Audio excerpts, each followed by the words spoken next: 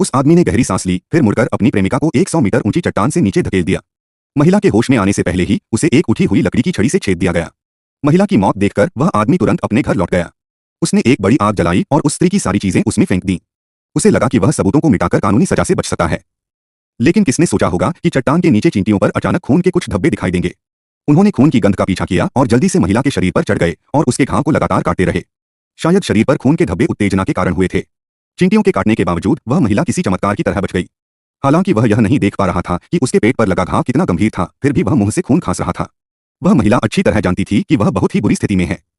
अगर यही सिलसिला जारी रहा तो उसकी निश्चित रूप से मृत्यु हो जाएगी। इसलिए उसने बचने का मौका ढूंढने के लिए चारों ओर देखना शुरू कर दिया। लेकिन कुछ देर तक गौर करने के बाद उसे पता चला कि चारों ओर पहाड़ ही पहाड़ नहीं थे, बल्कि वह खुद एक गड्ढे में फंसा हुआ था।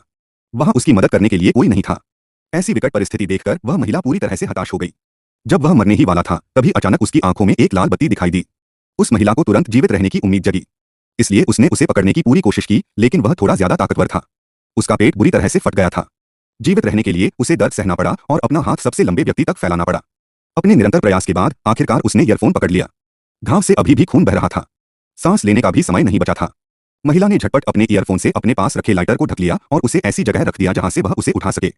फिर उसने अपने चारों ओर की सारी घास को शाखाओं के नीचे ढेर कर दिया। फिर उसने लाइटर से उसमें आग लगा दी। जैसे जैसे आग की लपटें तेज होती गईं, महिला का घाव भी और अधिक दर्दनाक होता गया।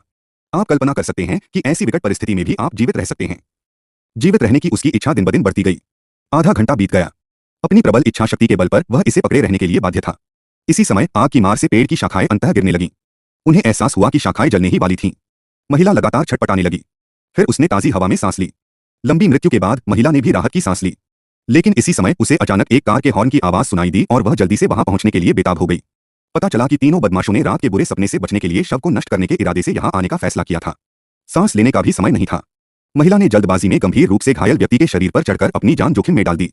सौभाग्यवश तीनों हत्यारों के पकड़े जाने से पहले वे चट्टान के नीचे के उस छिपे हुए इलाके में छिप गए और उन्होंने यह अविश्वसनीय दृश्य देखा। तीनों हत्यारे बुरी तरह डर गए थे। उन्होंने सपने में भी नहीं सोचा था कि कोई इतनी विकट परिस्थिति में जीवित रह सकता है। यह स्थिति उनके ज्ञान के दायरे से परे है। उनमें से एक की हत्या भी कर दी गई।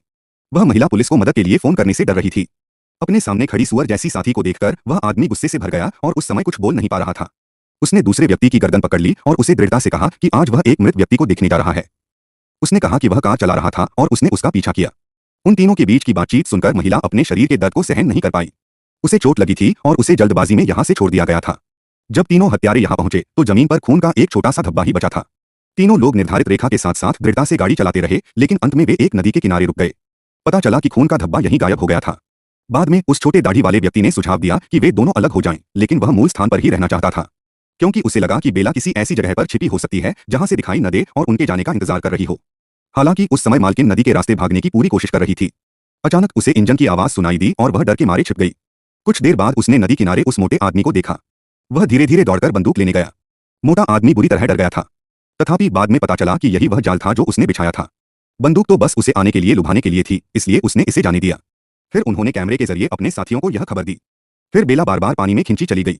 शिकार को यातना देने की गति का आनंद लेते हुए उसे मालकिन के हाथ का स्पर्श कमर पर महसूस हुआ। उसके बाद उस हट्टे-कट्टे आदमी ने बिना चाकू मारे ही उसकी आंख में चाकू मार दिया। अंततः उस मोटे आदमी को अपने अहंकार की भारी कीमत चुकानी पड़ी। वह रक्त प्रवाह में विलीन हो गया। बेला भी अपनी कार में बैठकर चली गई। लेकिन दुर्भाग्य की बात यह है कि लंबे समय बाद भी उसे कुछ नहीं मिला। उसे पहले उपकरण लेकर जाना था। फिर उसे छिपने के लिए एक गुफा मिल गई, क्योंकि उसके शरीर पर लगे घावों का अभी तक इलाज नहीं हुआ है। वह उससे आगे निकलने की जल्दी में थी और उसके पास इस बारे में चिंता करने का बिल्कुल भी समय नहीं था। वह थोड़ी मोटी थी और वह 4 दिलों वाली डाकू बन गई। इस समय उसने पहाड़ द्वारा पहले दिए गए मतिभ्रम को देखा। उसने सोचा कि यह चीज उपयोगी हो सकती है। हालांकि इसका स्वाद अच्छा होता है, लेकिन इसका असर तुरंत होता है। उसे अपने पूरे शरीर में हल्कापन महसूस हुआ। वह आसानी से चल फिर सकती थी, लेकिन ऐसा लगता था जैसे उसे कोई एहसास ही न हो। ऐसा लगता है जैसे वह किसी मशीन जैसे शरीर को नियंत्रित कर रही हो। उसने सावधानीपूर्वक टूटी हुई शाखा को बाहर निकाला। इसके चलते घाव से लगातार खून बहता रहा। उसके बाद उसने बियर के जार को जल्दी से गर्म करके उसे कीटाणुरहित कर दिया। फिर इसे धीरे से घाव पर चिपका दें। उसने पूरी रात इसी हालत में बिताई। भोर होने तक पहाड़ और छोटी लोमड़ी विला में लौटने के लिए तैयार थे। उन्होंने अनुमान लगाया कि उस मोटे आदमी ने बेला को यातना देकर मार डाला होगा और फिर अकेले वापस चला गया होगा। भोर होने से पहले छोटी लोमड़ी अपना चेहरा धोने के लिए नदी पर आई। फिर उस मोटे आदमी का शरीर रात भर पानी में भीगा रहा और पूरी तरह से विकृत हो गया। छोटी लोमड़ी बहुत डर गई थी। पहाड़ अपेक्षाकृत शांत था। उसी समय उन्हें यह भी एहसास हुआ कि कुछ गड़बड़ है, लेकिन ज्यादातर समय वह मोटा आदमी लापरवाह रहता था, इसीलिए उसकी हत्या कर दी गई। लेकिन छोटी लोमड़ी शिकायत करने लगी। उनका दावा है कि पहाड़ को बेला को चट्टान से नीचे नहीं धकेलना चाहिए था। इसका मतलब यह है कि उसने अप्रत्यक्ष रूप से अच्छे भाई यानी मोटे आदमी की हत्या कर दी। उस भले आदमी ने अचानक सारी जिम्मेदारी अपने कंधों पर ले ली। वह पूरी तरह से भूल गया था कि असली योद्धा तो वह खुद था। जाहिर है पहाड़ ने उसे लंबे समय तक सहन किया है। कल रात वह पूरी रात कार में सोता रहा और उसने कोई मदद नहीं की। अब मैं हिम्मत करके बर्तन उसकी तरफ फेंक देता हूँ। दूसरी ओर वह महिला सपने से जाग उठी। घाव पर एक पुराना चील का चित्र मिला। कल रात पता चला कि वह बियर के जार की तैरती हुई मूर्ति थी। वह धीरे धीरे भारी उपकरण लेकर गुफा से बाहर निकल आया। उसने असीम पर्वतों की ओर देखा। उसे याद आया कि उस आदमी ने पहले भी ऐसा कहा था, अगर इस जगह पर हेलीकॉप्टर नहीं है तो यह 20 साल तक बाहर नहीं जा पाएगा, क्योंकि केवल पहाड़ ही पायलट से संपर्क कर सकता है। तो अगला, उसका जीना और मरना तय है। इससे कोई फर्क नहीं पड़ता कि यह सपना है या नहीं। एक खूबसूरत महिला होने के नाते कम से कम मुझे इस जीवन का बदला तो लेना ही होगा। उसी समय उस व्यक्ति को मोटे आदमी की कार मिल गई। इसका मतलब है कि बेला की हालत अब खराब है, क्योंकि वह गंभीर रूप से घायल है और उसे उपकरण ले जाने की आवश्यकता है। इसलिए कार्रवाई का दायरा 4 या 5 किलोमीटर के दायरे में होना चाहिए। वह अनुमान लगाता है कि बेला को किसी गुफा में छिपाया गया होगा। अब सर्च को अलग अलग भागों में बांटना ही सबसे अच्छी रणनीति है। हालांकि उन्होंने घर का विश्लेषण किया। टीम के साथी की उम्र 250 है। छोटी दाढ़ी अलग न होने का सुझाव देती है। पता चला कि उसे अंधेरे में छिपने से डर लगता था। बेला इसका एक अच्छा उदाहरण है। जिस मोटे आदमी की मृत्यु हुई वह इसका सबसे अच्छा उदाहरण है। पहाड़ की आवाज सुनने के बाद वह उदास हो गया। वह गुस्से में था और इतना साहसी था कि उसने लड़ने के लिए बाहर आना सीख लिया। उन्होंने कहा कि वह वापस नहीं जाएंगे। वह पहले आगे बढ़ा।